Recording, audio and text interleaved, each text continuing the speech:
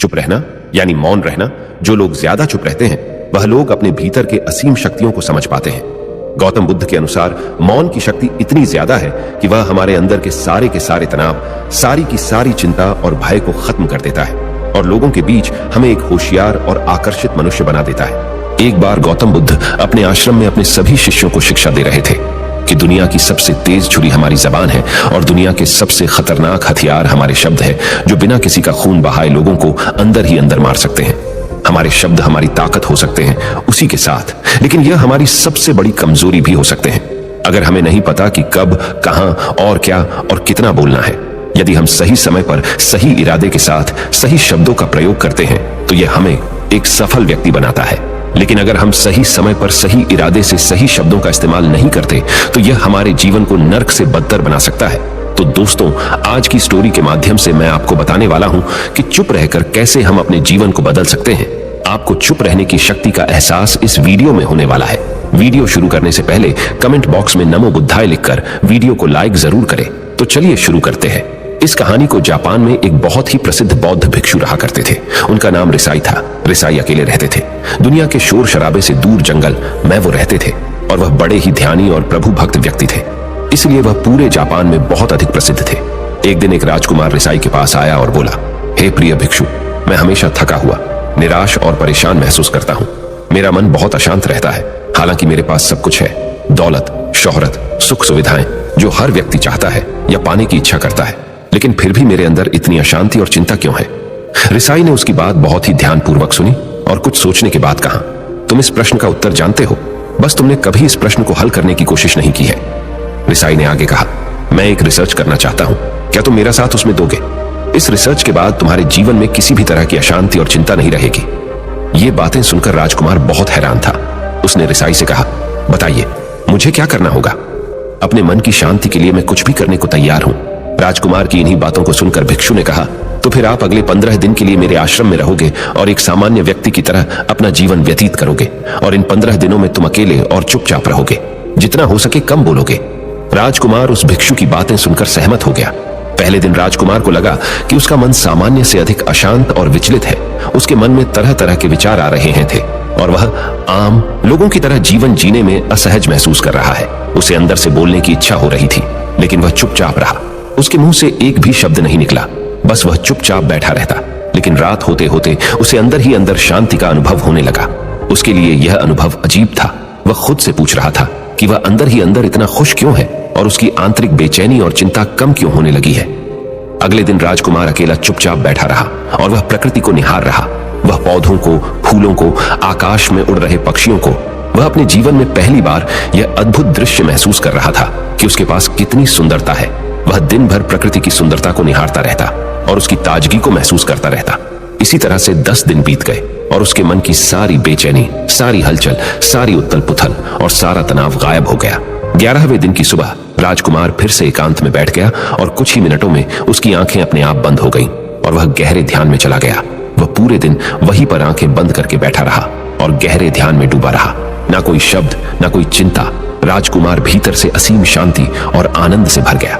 राजकुमार अपने बाकी के 4 दिन इसी तरह गहरे ध्यान में व्यतीत करने के बाद 15 दिन बाद रिसाई के सामने प्रस्तुत हुआ और रिसाई को प्रणाम करके बोला, प्रिय भिक्षु, मुझे उत्तर मिल गया कि मेरे मन में इतनी उथल पुथल और चिंता क्यों थी। मैं जान गया कि मेरा मन इतना अशांत और विचलित क्यों था। रिसाई मुस्कुराते हुए पूछा, बताओ क्या उत्तर मिला तुम्हें? राजकुमार ने कहा, मैं आवश्यकता से अधिक बातें करता था। मैं किसी पर भी अपने शब्द और ऊर्जा व्यर्थ करता था। मैं दिन भर अपने लोगों से फालतू की बातें करता रहता और फिर उन्हीं के बारे में अकेले में सोचता रहता और ज्यादातर समय नकारात्मक ही सोचता रहता। इस तरह मैं बस अपना समय बर्बाद कर रहा था। ज्यादा बोलने और नकारात्मक सोचने की वजह से मेरा मन अशांत और बेचैन हो गया था और इसी वजह से मैं किसी भी काम को ठीक से नहीं कर पा रहा था, जिसकी वजह से मैं हर काम में असफल होने लगा और फिर इन्हीं लगातार मिलने वाली असफलताओं की वजह से ही मैं और भी उदास और चिड़चिड़ा हो गया। इन्हीं सभी चीजों की वजह से मेरा जीवन नष्ट हो रहा था। लेकिन यहाँ पर बिताए हुए 15 दिन मेरे लिए पूरी तरह से अलग थे। मुझे कुछ अलग ही एहसास यहाँ पर हो रहा था। अब मुझे ऐसा लग रहा है मैं अपना जीवन पूरी तरह से जी रहा हूँ, लेकिन इससे पहले मैं अपना जीवन गलत तरीके से जी रहा था। और मैंने यह भी सीखा कि हमें सिर्फ ध्यान करने की जरूरत नहीं है। ध्यान अपने आप होता है जब हम शांत और मौन होते हैं। ध्यान के पिछले कुछ दिनों के दौरान मैंने जो पहली चीज सीखी वह यह है कि मनुष्य के जीवन की सबसे महत्वपूर्ण चीज स्वयं को जानना ही है। यह सुनकर रिसाई ने कहा, सिर्फ तुम ही नहीं, दुनिया में ज्यादातर लोग जरूरत से ज्यादा बोलते हैं। आज भी लोग ज्यादातर समय केवल एक दूसरे को नीचा दिखाने के लिए ही बोलते हैं। कुछ लोग ना चाहते हुए भी बातें करते हैं और अपना जीवन बर्बाद कर लेते हैं। रिसाई ने राजकुमार को चुप रहने का महत्व समझाते हुए कहा। एक बार गौतम बुद्ध से उनके शिष्यों ने पूछा, प्रिय बुद्ध, आप ज्यादातर समय चुप क्यों रहते हैं? बुद्ध ने कहा, क्योंकि चुप रहने से व्यक्ति अंदर से अनंत शांति की गहराइयों में होता है। मौन अपने भीतर उतरने की पहली सीढ़ी है। मौन के बिना स्वयं को जानना असंभव है। स्वयं को जानने और समझने का पहला नियम है कि मौन हो जाओ। उतना ही बोलो जितना अत्यंत आवश्यक हो। बेफिजूल की बातें करना छोड़ दो। तुम अचानक पाओगे कि 90% से भी ज्यादातर लोग व्यर्थ ही ज्यादा बोलकर अपना समय बर्बाद कर रहे हैं। ना बोलने का कोई भी नुकसान नहीं है, लेकिन यदि आप ज्यादा बोलते हैं तो आप अत्यधिक गलती कर देते हैं। अगर व्यक्ति कम बोलना शुरू कर दे तो दुनिया की 90% मुसीबतें कम हो जाएगी, झगड़े फसाद कम हो जाएंगे, उपद्रव कम हो जाएंगे। अगर लोग थोड़ा चुप रहना सीख लिए, संसार की बहुत सारी समस्याएं हैं, बहुत सारा उपद्रव सिर्फ बोलने से पैदा होते हैं। सारी बात मौन सीखने की है। जब तुम नहीं बोलते तब तुम एकांत में अकेले हो गए। भरे बाजार में भीड़ में खड़े हो नहीं बोलते। हिमालय के शिखर में पहुंच गए। जिसने मौन की कला जान ली वो भीड़ में भी अकेले होने की कला जान लेता है। एकांत में तो आदमी स्वर्ग में है। दूसरे की उपस्थिति ही बेचैनी पैदा करती है। पहले तुम्हें चुप रहने की शक्ति को धारण करना होगा। इससे तुम अधिकतर ऊर्जा को बचा लोगे और फिर इस स्थिति में पहुंच जाओगे कि तुम कम बोलने लगोगे। अगर तुम किसी के यहां पर जा रहे हो और परेशान हो जाओ तो ऐसे में उचित है कि आंखें बंद कर लो और अपने में खो जाओ। वहां से आपको ताजगी महसूस होगी, क्योंकि तुम्हारे अंदर ही जीवन का वो स्रोत छिपा हुआ है। वह किसी दूसरे में नहीं है। इसके बाद राजकुमार उस रिसाई से पूछते हैं, आखिर कौन हमें अपने अंदर तक लेकर जाएगा? ये बातें सुनकर रिसाई बुद्ध कहते हैं, तुम्हें स्वयं ही अपने अंदर उतरना होगा और वहीं से परम राज्य जीवन का आनंद ले पाओगे। आनंद का यहीं से जन्म हुआ है। यहीं से तुम मौत में डूब जाओगे। यही तुम्हारा सूरज उदय होगा और यहीं से अस्त होगा। इसी प्रकार तुम बार बार इब्की लगाओ। जब भी तुम इब्की लगाकर लौटोगे वहां से तुम पाओगे फिर ताजगी भरी जीवन की नई संपदा मिलेगी। इस नई शक्ति के जन्म होने से तुम्हारी थकान गई, उदासी गई, चिंता गई। जैसे कोई स्नान करके लौटता है तो शरीर शीतल हो जाता है, शांत हो जाता है। ऐसे ही जब कोई भीतर से साफ होकर वापस आता है, मौन में स्नान करके लौटता है, तो समस्त अस्तित्व, समस्त व्यक्तित्व शांत और मौन हो जाता है, आनंदित हो जाता है। जब तुम आंतरिक मौन की उस पराकाष्ठा पर पहुंच जाओगे तब तुम पाओगे कि बोलने से भी तुम्हारा मौन खंडित नहीं होता, वो बना ही रहता है। उसकी एक अंतर्धारा लगातार तुम्हारे भीतर बहती रहती है। तुम बोलते तो हो, तुम शब्द का उपयोग भी करते हो, लेकिन वो तुम्हारे मौन को खंडित नहीं कर पाती। एक बार गहरे मौन में स्थिर हो जाओ, फिर तुम्हारी वाणी में भी मिठास आ जाएगी। तुम्हारा बोलना संगीत पूर्ण होगा, तुम्हारा बोलना सत्य होगा। तुम बोलोगे तो दूसरों पर भी शीतलता छा जाएगी। जैसे ही तुम अंदर से चुप होते हो, तुम इतने शक्तिशाली होने लगते हो कि समाज की निर्भरता तुम छोड़ने लगते हो और तुम्हारे जीवन में एक मस्ती आती है जो केवल दीवानों के जीवन में होती है। तुम्हारे चेहरे पर एक नई रौनक आ जाती है। तुम्हारी आंखें किसी अमृत के समान हो जाती है और तुम अनंत शांति के समुद्र में डूबने लगते हो। इतना कहकर भिक्षु रिझाई ने अपनी बात खत्म की और वो मौन में चले गए। राजकुमार उनका धन्यवाद कर अपने महल में चला गया। दोस्तों, आपने भी अनुभव किया होगा कि बहुत ज्यादा बात करने से दिमाग अशांत हो जाता है, जिससे हम अपने दिमाग पर नियंत्रण खो देते हैं और साथ ही अपना ध्यान भी खो देते हैं। जो लोग बहुत ज्यादा बोलते हैं उनके पास किसी एक काम पर ध्यान केंद्रित करने की काबिलियत नहीं होती। वो अपने किसी भी लक्ष्य पर पूरी तरह से ध्यान केंद्रित नहीं कर पाते। अगर हमारा दिमाग एक जगह केंद्रित नहीं है तो हम जीवन की सच्चाई नहीं समझ पाते और ना ही मनचाही सफलता कभी हासिल कर पाएंगे। इसके अलावा भी आपने देखा होगा कि जो लोग अधिक बोलते हैं वो अक्सर लोगों के बीच हंसी का पात्र बन जाते हैं, और जो लोग कम बोलते हैं और अपनी बात पर कायम रहते हैं उन्हें लोगों से सम्मान मिलता है। लोग उनकी बातों को सुनते हैं और उन पर भरोसा भी करते हैं। जो लोग जरूरत से अधिक बोलते हैं और अपने विचारों के बारे में पक्के नहीं होते, उनका दिमाग स्थिर और विचलित रहता है, शोर से भरा रहता है, और एक अशांत दिमाग वाला व्यक्ति जीवन में किसी भी चीज में सफल नहीं हो पाता, क्योंकि वह किसी भी काम में फोकस नहीं कर पाता। यदि किसी व्यक्ति को यह पता है कि उसे कब, कहां और क्या बोलना है, तो वह व्यक्ति सच में बहुत बुद्धिमान है, और ऐसा व्यक्ति जहां भी जाता है उसका व्यक्तित्व आकर्षण का केंद्र बन जाता है और वह जो कुछ भी करता है उसमें सफल अवश्य होता है। अगर हम किसी महान और सफल व्यक्ति के व्यक्तित्व को गहराई से देखें तो पाएंगे कि वो कम बोलते हैं और कम से कम शब्दों में अपनी बात खत्म कर देते हैं। वो बोलने से पहले वो चीजों और जिसके बारे में उसे बोलना है उनके बारे में गहराई से सोचते हैं। लेकिन जो लोग बहुत ज्यादा बोलते हैं, बहुत बार वो झूठ भी बोलते हैं और अपनी बातों से दूसरों के मन और विचारों पर कचरा डालते रहते हैं। वह ज्यादातर समय दूसरों की बुराई करते रहते हैं, इसलिए उनके अपने भी उनसे नफरत करने लगते हैं। और उनसे बचने की। सभी शिष्यों ने अपनी शक्ति के अनुसार छोटे बड़े संकल्प लिए और गुरु को अपने अपने संकल्प के बारे में बताकर वहां से चले गए। लेकिन वह शिष्य जो खुद को सबसे अलग और बड़ादा दिखाना चाहता था, वह सीधे गुरु की कुटिया में पहुंच गया और बोला, मैं कोई छोटा मोटा संकल्प नहीं लेना चाहता, बल्कि खुद की ही जैसे एक बड़ेढ़ा और महान संकल्प लेना चाहता हूं। कृपया आप ही बताएं, क्या संकल्प लेना चाहिए? उसकी यह बात सुनकर गुरु मुस्कुराए और बोले, क्या तुम मेरे द्वारा दिए गए संकल्प को पूरा कर पाओगे? क्या तुम्हारे लिए उसे पूरा करना संभव होगा? शायद नहीं, वह तुम्हारे लिए संभव नहीं है। तुम उसे पूरा नहीं कर पाओगे, इसीलिए तुम खुद ही कोई संकल्प ढूंढो। शिष्य ने कहा, नहीं गुरुदेव, आप जो भी संकल्प मुझे देंगे मैं जरूर उसे पूरा करूंगा। गुरु ने कहा, ठीक है, तो तुम अगले 1 महीने तक चुप रहोगे, मुंह से एक शब्द भी नहीं निकालोगे, यही तुम्हारा संकल्प है। शिष्य ने कहा, गुरुदेव, यह भी कोई संकल्प है? यह तो बहुत ही आसान है, 1 महीने तक चुप ही रहना है। आप कोई बड़ेढ़ा संकल्प दीजिए जो मेरी योग्यता के लायक हो, जिसे पूरा करने में मुझे समस्या हो। गुरु ने कहा, पहले तुम इस संकल्प को तो पूरा करके दिखाओ। शिष्य ने गुरु की बात मान ली और वह उसी समय चुप हो गया और पलटकर कुटिया से बाहर चला गया। उसे चुप रहना बहुत आसान लग रहा था। उसने एक दिन तो जैसे तैसे चुप रहकर काट लिया, लेकिन दूसरे दिन से उसके मन में ना बोलने का बोझ बढ़ने लगा। तीसरे दिन उसे भारीपन महसूस होने लगा और चौथे दिन उसके अंदर एक अजीब सी बेचैनी होने लगी, क्योंकि आसपास आश्रम के सभी शिष्य एक दूसरे से बातें कर रहे थे। वह भी अपना पक्ष उनके सामने रखना चाहता था, उनकी बोलती बंद कर देना चाहता था, लेकिन उसका संकल्प उसके आड़े आ रहा था। इसीलिए वह पूरे दिन सिर्फ मुंह और आंखें बनाता रहता। इसी तरीके से कुछ दिन और बीते और वह शिष्य बीमार पड़ीडीएच गया। उसका सिर फटा जा रहा था, उसका खाने पीने तक का मन नहीं कर रहा था, वह सिर्फ बोलना चाहता था। वह गुरु के पास गया और उनके सामने बैठकर लिखकर उन्हें बताया, गुरुदेव, मैं बोलना चाहता हूं, बिना बोले मुझे सांस नहीं आ रही, मेरा दम घुटता जा रहा है, मैं अंदर ही अंदर पागल हुआ जा रहा हूं, मैं क्या करूं? संकल्प तोड़ दूं क्या? यह पढ़कर गुरु मुस्कुराए और बोले, संकल्प तो तोड़ने के लिए ही होते हैं, लेकिन जो अपने संकल्प को पूरा कर लेता है वही अपनी आंतरिक शक्ति को बढ़ाता है, और जो अपनी आंतरिक शक्ति को बढ़ा लेता है वह समाज और जागृति की राह पर आगे भी आज जाता है। संकल्प का लेना भी तुम्हारे हाथ में था और इसे तोड़ना भी तुम्हारे ही हाथ में है। तुम्हारे बहुत से भाई अपने संकल्प को तोड़कर अपनी पुरानी दिनचर्या पर वापस आ चुके हैं।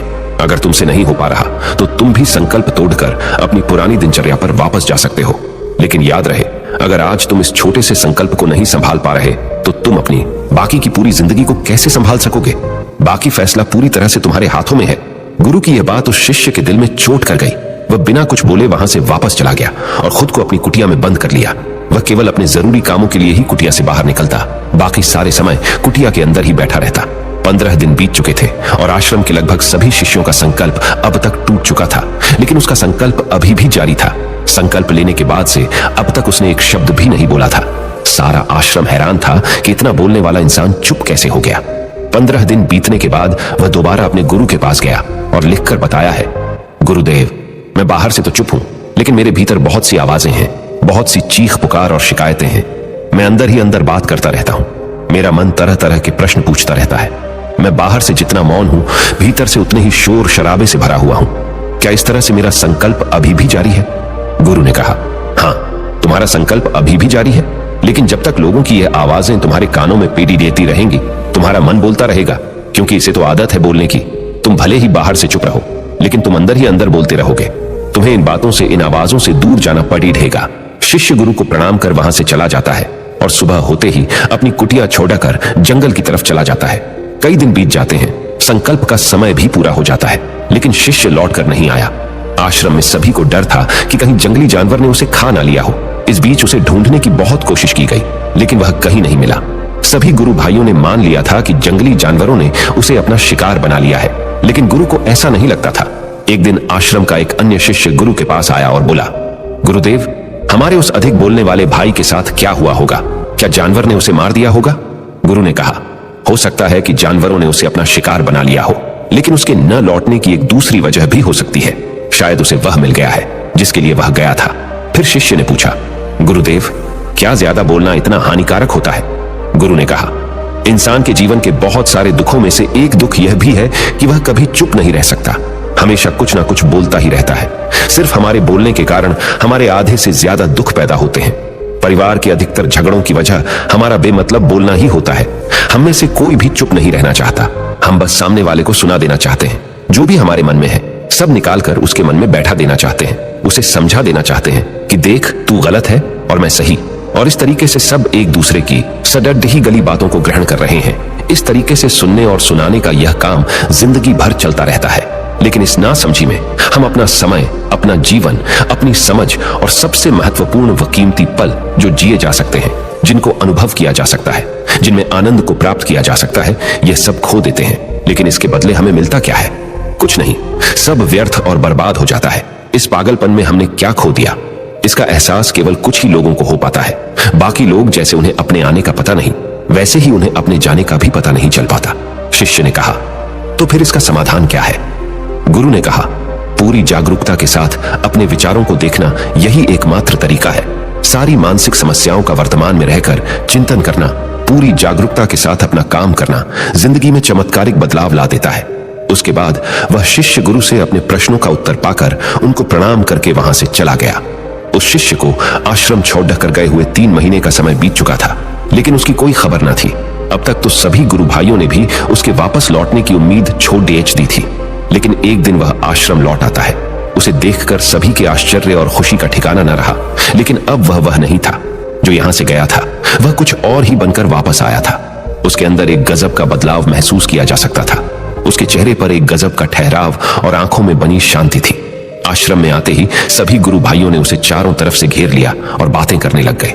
वह भी अपने गुरु भाइयों से बातें करने लगा।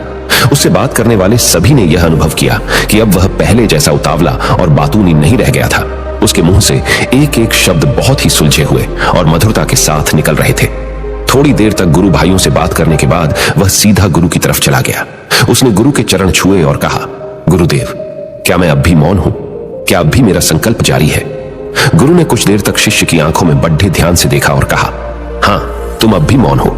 तुम्हारे मुंह से एक भी शब्द निकल नहीं रहा और तुम्हारा संकल्प अभी भी जारी है। शिष्य ने कहा, गुरुदेव, जब मैं आश्रम से गया तो मैं मुंह से तो चुप था, लेकिन मेरे अंदर बहुत सी आवाजें थीं, मन में बहुत से प्रश्न थे और वह बंद नहीं हो रहे थे। तो मैं जंगल में चला गया, इस उम्मीद से कि वहां मुझे शांति मिलेगी और मेरे मन की बकबक कम हो जाएगी। लेकिन मैं जितना एकांत में जाता गया, मेरे अंदर की आवाज उतनी ही तेज होती गई। मेरे भीतर की पुरानी से पुरानी आवाज मुझे सुनाई देने लगी। तब जाकर मैंने महसूस किया कि मैं कितना गलत कर रहा था। जब मैं अपने परिवार वालों, दोस्तों को और गुरु भाइयों को बुरा भला कहता था तो उस समय मुझे लगता था कि मैं सही कह रहा हूं। जब मैं गुरु भाइयों की एक दूसरे से चुगली करता था और उनका मजाक बनाता, तब भी मुझे यही लगता था कि मैं उनसे बेहतर हूं और मैं सही कर रहा हूं। लेकिन उस दिन मैंने पहली बार महसूस किया कि मैं कितना गलत बोलता था। काफी दिनों तक ये आवाजें, ये शिकायतें मेरे अंदर चलती रही, लेकिन धीरे धीरे करके एक दिन ये सारी आवाजें मेरे अंदर से समाप्त हो गई। अब मैं भीतर से भी मौन हो गया। उस घने जंगल में बाहर से कोई बोलने वाला था नहीं और भीतर कोई आवाज बची ही नहीं थी। और मैं उस दिन पहली बार मौन का सही अर्थ समझा। मेरे चारों तरफ बहुत शांति थी। हालांकि अभी भी कुछ आवाजें आ रही थी जो पहले भी आती थी, लेकिन मैं उन्हें सुन नहीं पाता था। पर अब वह सभी आवाजें मुझे स्पष्ट रूप से सुनाई दे रही थी। हवा के चलने की आवाज, चिड़ियों के चहकने की आवाज और पानी के बहने की आवाज, ये सभी आवाजें मैंने पहली बार पूरे होशपूर्वक सुनी। अपने चारों तरफ इतनी शांति मैंने पहले कभी महसूस नहीं की थी। तो इस शांति को भंग करने के लिए मैंने पहली बार अपने मुंह से कोई शब्द निकाला। मैं चिल्लाया, हे ईश्वर, ये कैसी शांति है? सभी कुछ इतना शांत क्यों है? ऐसा क्या हो गया? लेकिन मेरे चिल्लाने के बाद भी शांति भंग नहीं हुई। सब कुछ पहले जितना ही शांत था, बाहर भी और भीतर भी। हे गुरुदेव, मैंने अपने गुरु भाइयों से बात की, मैंने आपसे बात की, मैं बोल रहा हूं, मैं चल रहा हूं, मैं सब कुछ देख रहा हूं, लेकिन मैं अपने भीतर एकदम एकांत में हूं, मौन में हूं, भीड़ डेच में होता हूं, तब भी भीतर से अकेला एकांत में होता हूं। जब मैं खुद में भी शोर करना चाहता हूं, तब भी एकांत में ही होता हूं। अब सब दिखाई पड़ी डहाने लगा है, सब सुनाई पड़ी डहाने लगा है। गुरु ने कहा, जब तक हम बाहर की तरफ बोलते रहेंगे, भीतर अशांति ही रहेगी। लेकिन जिस दिन हम भीतर की तरफ मुड्डाह जाएंगे, तब हमारे मुंह से कुछ भी निकलेगा, हम शांत ही रहेंगे। दुनिया में जितनी भी बुराइयां हैं, ज्यादातर हमारे बोलने से ही उत्पन्न होती है, क्योंकि हम चुप रहना नहीं चाहते। हम जितनी जरूरत है उससे कहीं ज्यादा बोलते हैं। हम सामने वाले को सुनना नहीं चाहते, बल्कि उसकी बोलती बंद कर देना चाहते हैं, उसे समझा देना चाहते हैं कि मैं कौन हूं, मैं क्या कर सकता हूं। और यही हमारी जिंदगी का मकसद बनकर रह जाता है। हमारी सारी ऊर्जा व्यर्थ के बोलने में बर्बाद होती रहती है। ऐसे ही समाज में लोगों का जीवन दुखों से भर जाता है, जो हमेशा एक दूसरे को सुनाने में लगे रहते हैं। कभी एक दूसरे को सुनना नहीं चाहते, समझना नहीं चाहते, और चुप रहना तो उन्होंने कभी सीखा ही नहीं। क्योंकि चुप रहना उन्हें छोटा महसूस करवाता है। दुनिया की सभी लड़ाइयों का कारण हमारा बोलना ही है, इसलिए हमें सिर्फ उतना ही बोलना चाहिए जितना जरूरी हो, क्योंकि व्यर्थ का बोलना ऊर्जा को नष्ट करना है और यह बोलना ही हमें कभी अपने भीतर की ओर लौटने नहीं देता, क्योंकि यह हमें बाहर की ओर खींच कर रखता है और बाहर है ही क्या इस संसार के अलावा। लेकिन अगर अपने भीतर के संसार की ओर मोड़ना है तो इस मुंह को बंद ही रखना चाहिए।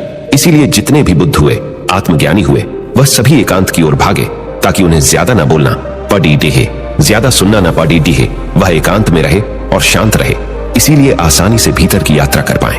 लेकिन अगर कोई चाहे तो इस संसार में रहकर भी एकांत में रह सकता है, शांत रह सकता है, लेकिन इसके लिए उन्हें अपनी ऊर्जा बचानी होगी, जिसे वह अब तक अपने व्यर्थ के शब्दों में बर्बाद कर रहे थे। दोस्तों, इस कहानी की सीख यही है कि व्यर्थ का बोलना ऊर्जा को नष्ट करना है।